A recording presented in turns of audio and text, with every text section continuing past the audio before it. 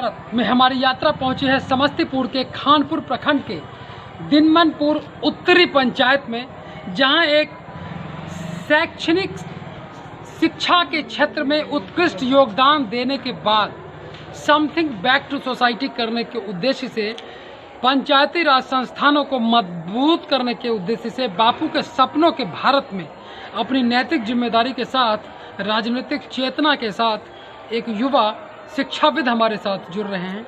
Sir, सबसे पहले आपका कार्यक्रम में स्वागत है। आप अपना नाम बताइए। मेरा नाम मुकेश कुमार है। मुकेश कुमार जी, राजनीति में क्यों आए और राजनीति में क्या इंटरेस्ट है, क्या चाहते हैं राजनीति में?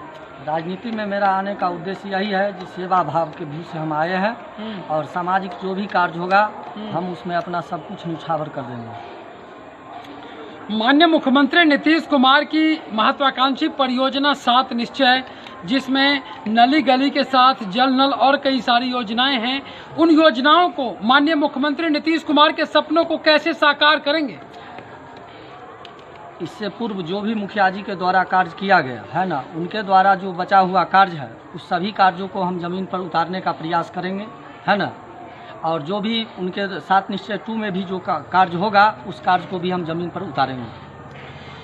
महात्मा गांधी को सच्ची श्रद्धांजलि देते हुए नरेगा और मनरेगा जैसी योजनाएं ग्रामीण युवा के रोजगार सृजन के उद्देश्य से बनाया गया और यह कहा गया कि ग्रामीण भारत में रोजगार गारंटी अधिनियम के तहत उन युवाओं और उन बेरोजगारों को 100 दिन का रोजगार मिलेगा।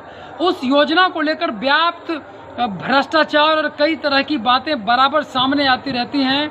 सेंटर फॉर डेवलपमेंट स्टडीज़ की रिपोर्ट को माने तो उसने बिहार के 8,404 पंचायत में सोशल स्टडी किया था और कहा था कि नरेगा और मनरेगा जैसी योजनाएं सही तरीके से नहीं काम कर रही हैं।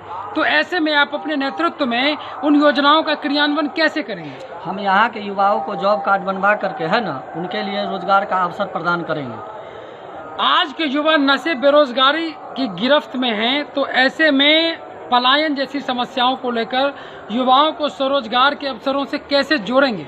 मैं उसके लिए बैंकों से सहयोग करके अपने पंचायत में शिविर लगा करके युवाओं को मुद्रा लोन के माध्यम से रोजगार प्रदान करने का प्रयास करेंगे। महिलाएं आधी आबादी हैं, आधी आबादी के भी देश की एक बहुत बड़ी इंटेलेक्चुअल प्रॉपर्टी हैं। ऐसे में महिलाओं को स्वरोजगार से जोड़ने के लिए क्या करेंगे आप? महिलाओं को जीविका समूह के माध्यम से जोड़ करके, है ना, उनको जो है स्वरोजगार प्रदान करने का हम प्रयास करेंगे। भ्रष्टाचार इस देश की एक अहम समस्या हो गई है। वार्ड सभा से लेके पंचायत तक, ग्राम पंचायत तक आम सभा नहीं होता, तो आम सभा जब तक नहीं होगा तब तक भ्रष्टाचार कैसे कम होगा? आखिर उन भ्रष्टाचारों को कैसे कम करेंगे? देखिए, अगर हम इस पंचायत का प्रतिनिधि बनते हैं तो मैं प्रत्येक महीने में इस पंचायत में आम सभा और वार्ड सभा के माध्यम से, है ना, जो भी योजना है वह जनता के बीच रख करके, है ना, और जो भी इंदिरा आवास योजना है और जैसे वृद्धा पेंशन हुआ, यह टोटल भ्रष्टाचार मुक्त होगा और बिना पैसे के मैं काम करूंगा। वो आप चुनाव जीतने के बाद वो कौन से 5 काम हैं जो आपके पंचायत में आज तक कोई जनप्रतिनिधि नहीं कर पाया? उस काम को आप प्राथमिकता के आधार पर खुद जीतने के बाद करेंगे। सबसे पहला मेरा काम होगा, जितने भी नली गली है ना, उस नली गली के काम को हम पहले पूरा करेंगे। उसके बाद पोखर का जो सौंदर्यीकरण है उसको मैं पूरा करूंगा। उसके बाद सोलर लाइट जो है उसकी व्यवस्था मैं करूंगा, है ना। स्वास्थ्य केंद्र? हाँ, स्वास्थ्य केंद्र मैं बनवाऊंगा। स्वास्थ्य केंद्र है आपके क्षेत्र में? नहीं है। स्वास्थ्य केंद्र भी जरूरी है। उसके लिए जमीन आवंटित है, लेकिन अभी तक स्वास्थ्य केंद्र नहीं बन पाया। 4 काम हुए। 5वां काम क्या करेंगे? युवाओं के लिए खेल का मैदान वगैरह? हाँ, खेल का मैदान जरूर बनाएंगे और जिम पार्क भी बनवाएंगे। ये गांधी के सपनों को साकार कर रहे हैं और अपने आप को अपनी नैतिक जिम्मेदारी के साथ गांधी के सपनों का भारत को आगे बढ़ा रहे हैं।